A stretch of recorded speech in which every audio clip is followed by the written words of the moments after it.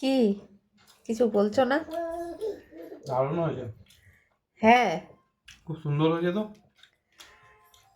আর সুন্দর না হয়ে পারে? বাসমতি রাইস না? হ্যাঁ, বউয়ের কাছে একটা আবদার করে দিয়ে গেছো আজকে সকালে। বউ কি আর খারাপ রান্না করতে পারবে? চিকেনটা খেয়ে দেখি কেমন হয়েছে। হ্যাঁ, দেখো।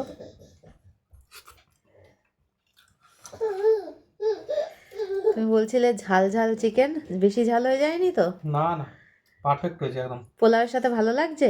এই যে এইটা যে ডেকোরেট করেছি, এটা তোমার কেমন লাগছে? একটা সুন্দর লাগছে এটা। এটা কি বলবো, একদম সেই রেস্টুরেন্ট স্টাইলের মতো হয়ে গেছে, খুব ভালো লাগছে। একটা স্মাইলি করে দিয়েছি পেঁয়াজগুলোকে দিয়ে, আর মাঝখানে একটা গোলমরিচ, দুটো গোলমরিচ দিয়ে দিয়েছি, তো চোখের মনি হয়ে গেছে ব্যাপারটা। তো হঠাৎ ইনস্ট্যান্ট বুদ্ধিটা এলো যে এরম করে দিই। একটা স্মাইলি ফেস আমি তোমার মুখেও দেখতে চাই, খুব পছন্দ হয় আমার তোমার এই স্মাইলি মুখটা দেখতে।